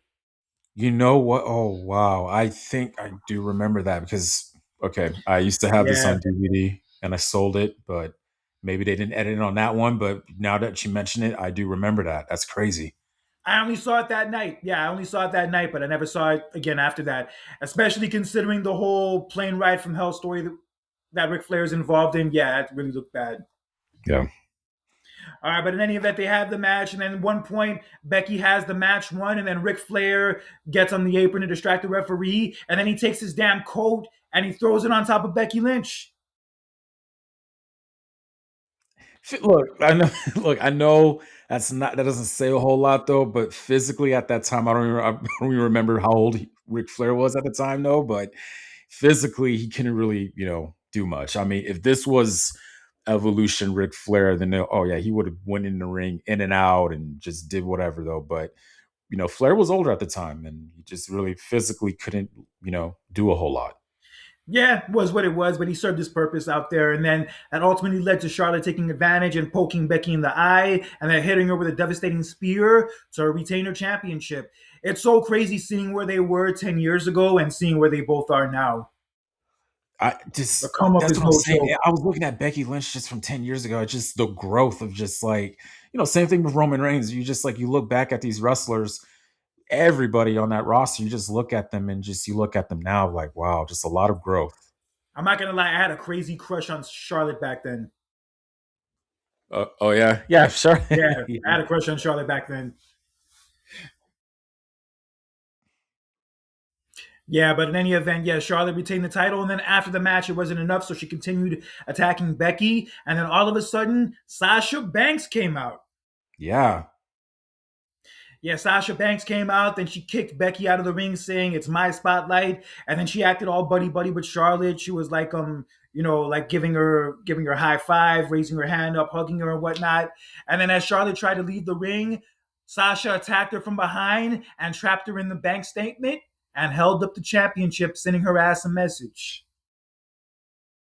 I liked it. I looked at it at first. You think like Sasha Banks, beats up Becky Lynch. You're kind of like, oh man, what the hell is this? But then fooled us again. She then turns her attentions to Charlotte Flair to let everybody know that I'm coming for that Divas Championship. Yeah, this is when I started to get excited about the whole women's division, like the way I kind of felt like it should have been, like when they first got called up. Like this is when it started to heat up, and this Yeah. would like start the build for the three-way between Charlotte, Sasha, and Becky for WrestleMania that year. Yeah, and that's when they brought in the resurrected the women's championship. Thank God. I mean, I didn't like the name, the Divas Yeah, Championship. I didn't like it. It's just look, they're not divas. They're more than that. They are women. You yeah, know. bad name So for a championship, very ugly looking championship, and I'm happy that it's gone. thank you. All right, so yeah, Charlotte retained the title, and yeah, this is a fun angle they did post match to set up for WrestleMania. And I remember going into that WrestleMania, that was the match I was looking forward to most. Yes. But I would have never thought back then, like 10 years ago, that Becky would have gone on to be the biggest star out of all three of them. Like I said, man, the growth. It's Crazy, the crazy. growth. It's just you look. I feel like that with a lot of wrestlers. Like you look at them now, and then you go back years ago when they first came in. You're just like, damn, like wow, like a long way, man. A lot has happened. A long way. Yeah, we're going to see a few of them in this next match we talk about. As in the main event, for the first time since 1992, we had the Royal Rumble match for the WWE Championship. And Roman Reigns, who was the champion at the time, would enter the match at number one. Yes, and coming in number two was Rusev, and they go back and forth for not too long though, but Roman Reigns eventually eliminates him, and you're kind of thinking, oh, that's quick and easy. You know That's what's just like funny? And you know what what's funny? That what was the second time where the last two from the Royal Rumble the previous year were the oh first yeah. two in the Royal Rumble the next year. That is crazy. Yeah, you're Shawn and right. Undertaker in '07 and '08, and then Yeah, Rusev and Roman in this case. good point. Good point. But yeah, Roman Reigns eliminates Rusev, and you're wondering like, damn, made quick work of Rusev. Who's going to be next? And wow, we get the surprise of the night, the most shocking free agent, according to Michael Cole, and that was AJ Styles, who came in at number two, making his WWE debut. Number three, he came in at number three. No, oh, I thought he came in number two. Rusev was number two. Oh shit, my bad. Number three. Ah, sorry. Edit that out. Number three, the hottest free agent that was coming to WWE, who came in at number three, was AJ Styles, making his WWE debut. And what a moment that was. Yeah, unfortunately, the camera didn't catch the Titantron like when he first like initially came out, like when they put the graphic up. But it got a crazy reaction. It was really cool to see him. Like you kind of like never thought it would happen for all those years he was in TNA and whatnot. But then like once the rumors started coming out around this time that he was a free agent and that he was going to likely sign with them, it kind of like made you think that it could possibly happen. And then once it happened here, you were invested. Oh, completely. And he was in that Great. match for a long time. He was in the match for 28 minutes. Yes, he had a great performance. Yeah, he had a very strong showing in this match, and he would just go on to have an incredible 2016. He had one of the best first years in WWE probably in history, along with I Rocky agree. Kurt Angle. Yeah, he starts off with a feud with Chris Jericho going to WrestleMania, and then after that he had a title match against Roman Reigns. Two title matches. Yeah, too. Yeah, were Then both he great had that. matches. Then he had that great feud with John Cena over the summer, in which Yes. he beat him twice, including cleanly at SummerSlam, and then he won the title the next month from Dean Ambrose, and then had a long title reign after that too. Yeah.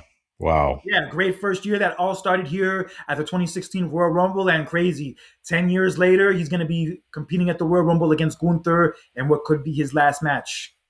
Oh man, I don't know if I'm ready for this, Kurt. Oh, I just saw from Pat McAfee's show, Brock Lesnar randomly called him during the show and FaceTimed him and said he's going to be in the Royal Rumble. Oh yeah, I saw that. Weird. Yeah. All right, any Oh, event. oh my God. And I'm sorry, even prior to the Royal Rumble match, I love that segment from the Wyatt family.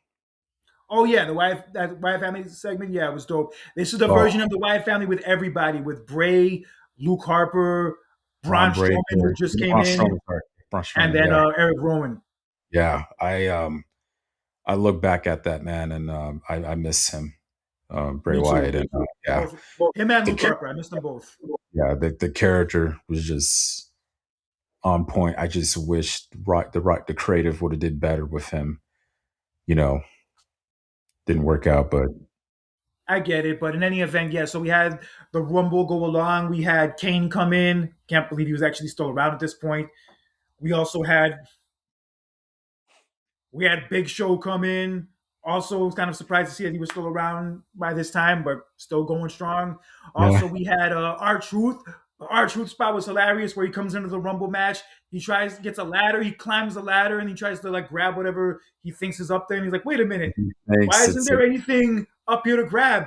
And then he realizes it's a Royal Rumble match, not a ladder match. Don't get me wrong. Yes, that was funny. Wow, It was that was hilarious. hilarious. Even JBL was confused. He was just like, I know, but I don't know why. That's what he said. And I felt the same way. But yes, it was hilarious. It was something that we needed. But Yeah, those comedy spots are dope. Yeah, I like that. They pulled this one off here, and then ultimately, R-Truth got eliminated not too long after, and then Kofi Kingston at one point got tossed out of the ring, but then he landed onto Big E's shoulders, and then Big E picked him up and put him on the steps so he could get back in. yeah, That was it was dope. this was during the time, even a couple years prior to that. This was during the time when Kofi would do his amazing spots at the And a Royal Royal Rumble Rumble match. where where you think he's going to get eliminated, but he'll do some weird magic trick of, whoa, no, he's not eliminated. Oh, he you think he got knocked out, but he landed on the announce table.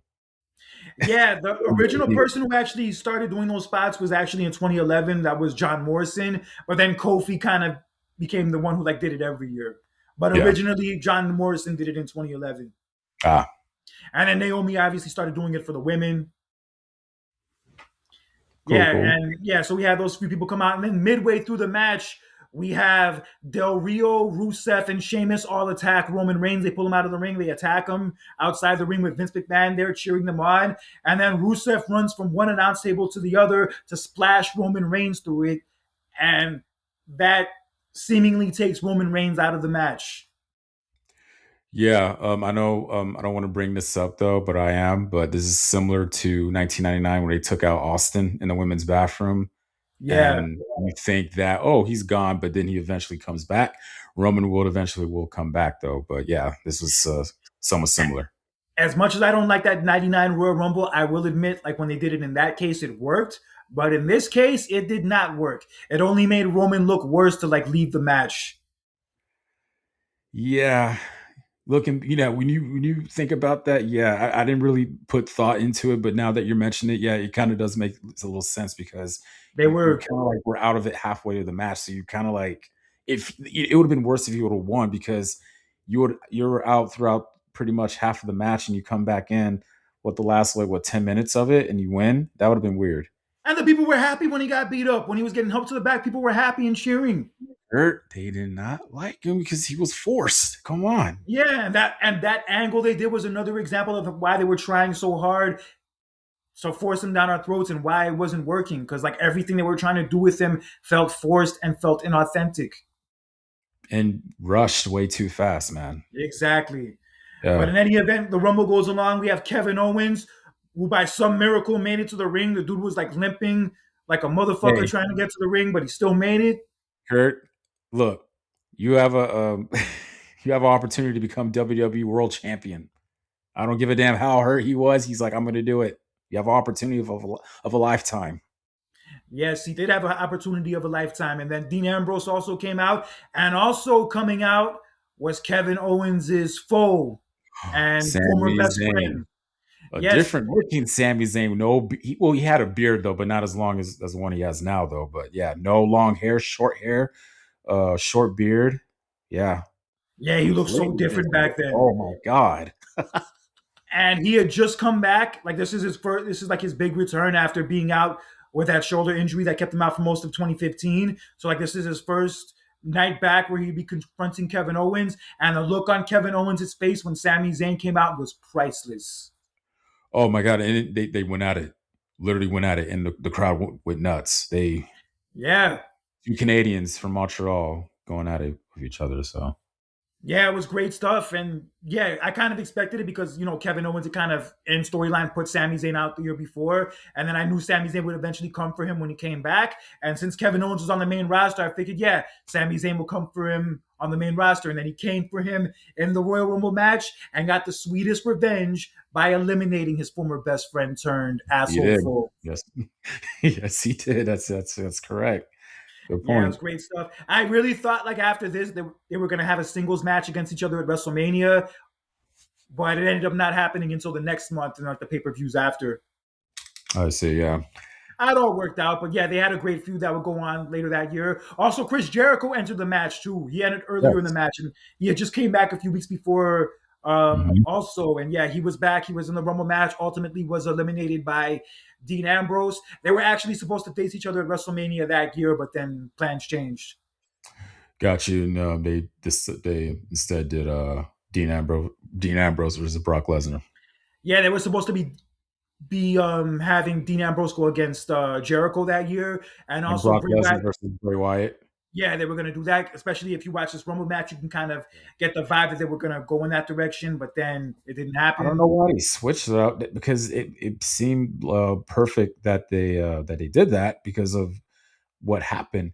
And speaking of the Wyatt family, yeah, Braun Strowman was the first member of the Wyatt family to enter in that Royal Rumble. And the thing that I caught from that, I felt I was getting the vibes of okay, the company, this is your next big man. And the reason why I said that because he eliminated not just Big Show, he eliminated Kane, and also he eliminated Mark Henry. Oh, damn. Yes, these were your big men that the company put on a pedestal back then, and now you have this new guy where he's making quick work of these three. You're looking at this Braun Strowman guy, like, okay, this is our next guy when it comes to the One big thing man. I'll one thing I'll say about Bray Wyatt when it came to the Wyatts, he definitely knew how to surround himself with big men. Holy shit. Oh hell yeah! And he used Yeah, those man. men to attack Brock Lesnar. Yeah, no joke. And yeah, Brock at one point came out. He eliminated actually all the Wyatt family members except for Bray. And then him and Bray were going at it. And the other Wyatt members came back in and they all attacked Brock and they threw him out. So, like, from that angle, you kind of thought you were going to get Brock and Bray Yeah, Wyatt at WrestleMania, but then ended up not happening. Apparently, even Bray Wyatt hurt. the story that I always heard was that Brock didn't want to work with them because of the fact that their styles would have, like, not really, meshed well. I don't I know, mean, man. It I could see that. He kind of has a point. I can understand that. kind of though, but it looked good though on paper though. Yeah, but sometimes even if things look good on paper, when you see them play out in front of your face, you're like, nah, maybe this is a better idea to think about as opposed to execute. Hmm. Like the Punjabi prison. Don't please don't, God don't please don't compare that situation to that now. Come on, But you boy. get my drift. It's something that looks cool on paper, but then when you see it play out, you're like, what the fuck is this shit? Or the It Kennel was from Hell confusing. match. Or the It was Kennel from Hell confusing. match being another example. That match was confusing on how to win. Yeah, I would have been confused myself. Also, the Kennel from Hell match. That's another example I'll throw in there. All right, but anyway, so yeah, Brock gets eliminated, and then Sheamus eventually comes in towards the end. But as Sheamus is coming to the ring, Roman Reigns comes back and Superman punches him, starts beating him down, and then Roman Reigns re-enters the Royal Rumble. So we have Roman Reigns in there. He still has a chance to keep his championship. But coming in at number 30 was a surprise entrant. Well, not Hmm. to me because I kind of saw it coming, but Yeah, coming in at number 30 was none other than the 2002 winner of the Royal Rumble, the game, the CEO, Triple H. yeah, and crowd went wild. I mean, yeah, I mean you knew it. I think pretty much everybody knew. But yeah, Yeah, because when they did that angle a few weeks before when Roman beat the hell out of Triple H, and like you didn't see Triple H on TV for weeks, I'm like, yeah, they're building towards something. They're gonna build towards something where Triple H comes back and attacks Roman or screws him or something, and that's gonna lead to a match between the two of them. And then lo and behold, it happened here. yeah.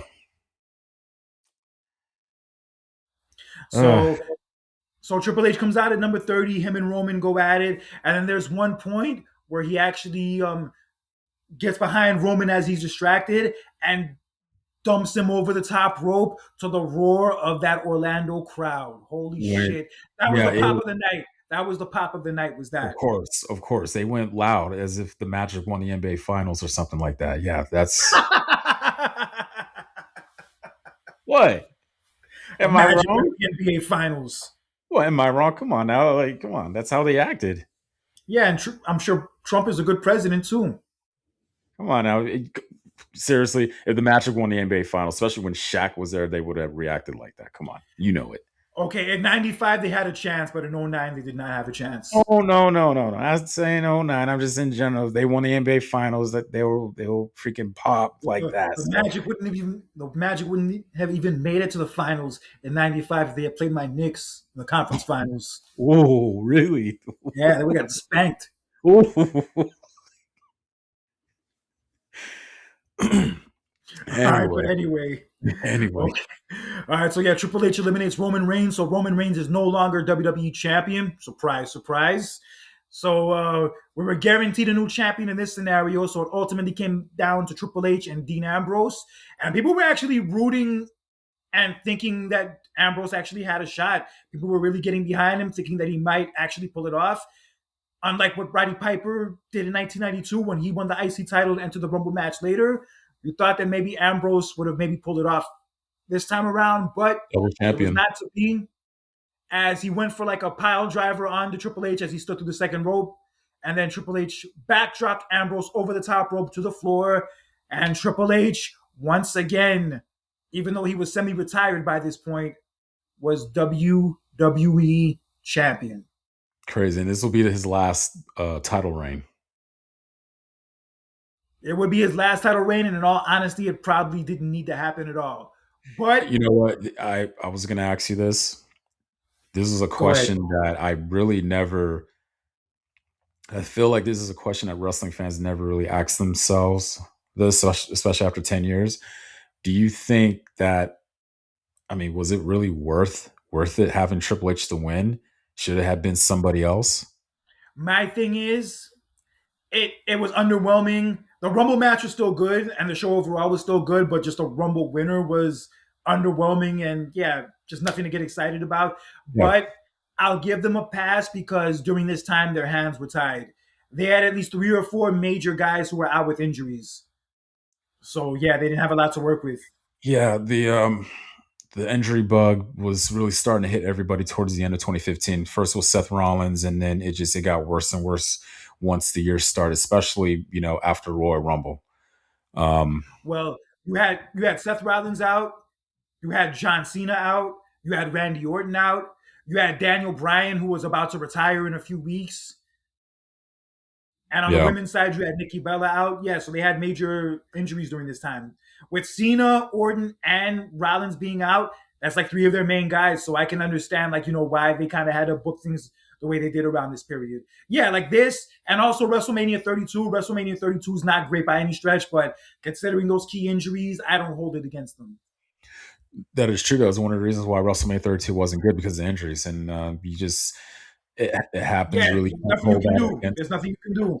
Exactly, you can't hold that against them, to be honest. But yeah, I look back at that and I said to myself, was it really worth it? But then again, because of the storyline that they were doing with the Authority with the feud, it's kind of like, am I surprised that they did it? No. That's just all they had at the time. That's the thing. That's just all they had. It wasn't good. It wasn't interesting, but it's just like I said. That's all they had. And really doesn't help the fact that they were really trying to force Roman Reigns on us. Nope, not at all. And this would kind of be the start of like the really bad WrestleManias that we would get for a couple years. Yeah. Yeah, like this WrestleMania, I give them a pass for, but some of those WrestleManias that followed this one, they had the talent, they had everybody on deck, and the show still wasn't good. Just didn't live up to it. And then what made it worse, they were overwhelmingly long. I think this was the year Yeah, when the trend of super long WrestleMania started. Like 32 was, surprisingly was kind of, oh, this is a little bit longer than I expected. And then the following year was just worse. yeah, I oh my God. yeah. They started. this year, 2016, from WrestleMania 32 to WrestleMania 35, those WrestleManias were ridiculously long to the point where, like you just said, just put me out of my fucking misery already. I Like, just can't watch it no more. It felt like I remember watching WrestleMania 33 and it started like what 5 o'clock or something like that. And it's like 8 o'clock and they're still like in the middle of the card. And I'm like, damn. yeah, I'm telling you, bro, I was there for some of those WrestleManias, especially 33. The pre-show started at 5 o'clock and the main show started at 7. That show didn't end until after midnight. Wow. And I had to fly back to Vegas like early the next morning. Damn. Yeah, so like, yeah, I was the last WrestleMania I went to. It was almost 10 years ago. Yeah, 33. That is insane. All right, but yeah, overall, so Triple H won the title here again. And he would hold it up until WrestleMania, where he would drop it back to Roman. Like I said, this none of this was interesting. None of this was like must see TV at the time. But like I said, their hands were tied. They had a lot of key injuries, so this is all they could give us, and it was what it was. You gotta, there's an old saying, you have to play with the cards that you're dealt with. Yeah, but even despite that, I think this was still a good Royal Rumble show Oh, of overall. course. And Yeah. and I think 2016 as a whole was the best year of the 2010s for WWE. You know what? Yeah, I agree. Wait, for the 2010s, 2016 Yeah, year. yeah, Um, 2016. 2013 was also good too, but I would say overall this is the most consistent year of that decade. yeah. What? I love 2012. 2012 was okay, but nah, 2016 was way better. Okay.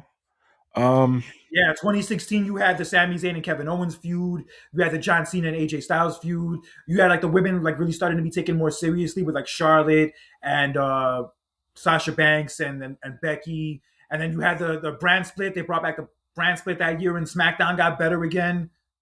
I love the when Seth Rollins made his return, starting his Yeah, feud Seth with Rollins returned. Roman Reigns, which I was at Money in the Bank, which I attended. Can't believe it's been 10 years soon, but yeah, you're looking And back then you had 2016.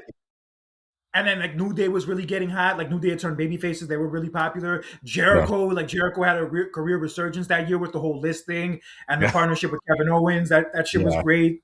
yeah. Yeah, 2016 had a lot of great shit. And the Miz and Maurice were a great act during that time when the Miz had his career resurgence also. You know what? I should rewatch some 2016 PLEs. Yeah, 2016 was great. The WrestleMania sucked, but overall, like, yeah, 2016 had a lot of good shit. It was, yeah, Shane McMahon's return that happened a few weeks after this. yeah. And funny, I heard a story today when I was doing research for this Royal Rumble. Originally, if he had been cleared to come back, they wanted Daniel Bryan to win. Wow, that would have been epic.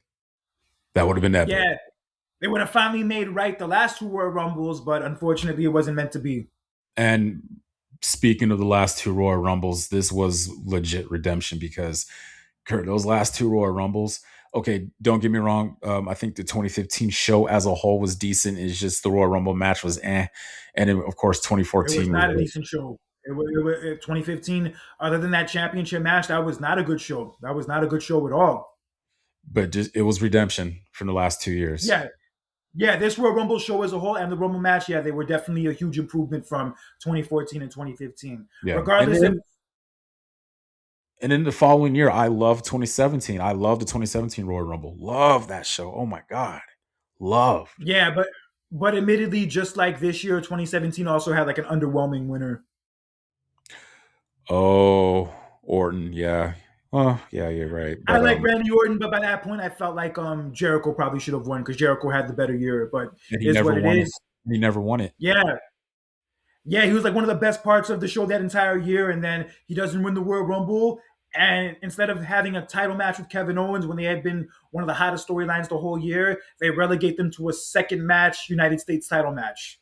And then make it worse. That should have been a title match between those two. But no, That's what you I'm saying. decide to have Goldberg beat Kevin Owens. That was. Oh my god, it's bad. All right, but Wow. that's another story for another time. But yes, that was Royal Rumble 2016. Overall, good show. Definitely one of Yeah, the better parts of WWE at the time. This Royal Rumble eight was a point huge five out of improvement. 10. That's the grade I'll give. I'll You give probably or give it nine. a. I would probably maybe give it 7.5, maybe 8. I'll give it 8.5. I love the first match. Love the Divas Championship match. I like the Royal Rumble match. Tag team match was decent though. But overall, look, this Royal Rumble was redemption from the last 2 years. Yeah, So from top to bottom, there was nothing on this show that was bad. Everything on this show was either decent, good, or great. And the best parts I will say of the show were the Intercontinental title match, the angle they did after the Divas title match with the whole Sasha and Charlotte thing, and the Rumble match overall was good. The Rumble match was good, even if the winner and the outcome wasn't really that exciting. The match itself, from top to bottom, was exciting and fun to watch. All right, so in any event, for next month's Wrestling Review Rewind, I had a special idea for what show we could cover. I have a feeling that you want us to cover No Way Out 2001. That was gonna be one of my choices, but no, I have another show that you'll really like a lot if we do cover it. No Way Out 2006.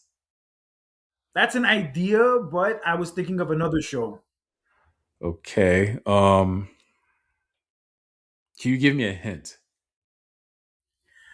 I will give you a hint. It's a place that has won multiple NBA championships over the last decade. The city where it took place, that city has won multiple NBA championships since 2015. Oh wow. Damn, son. This is in Oakland.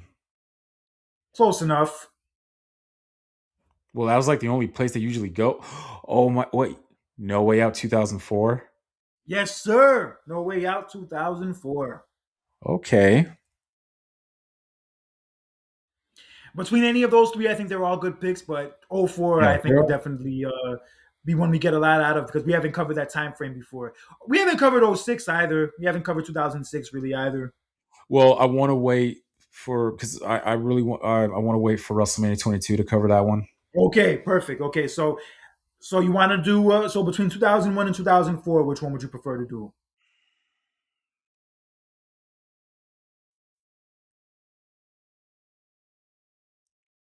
2004. Okay, fair enough. Funny enough, Um, I'm about to go watch 2001 Royal Rumble right when we get off.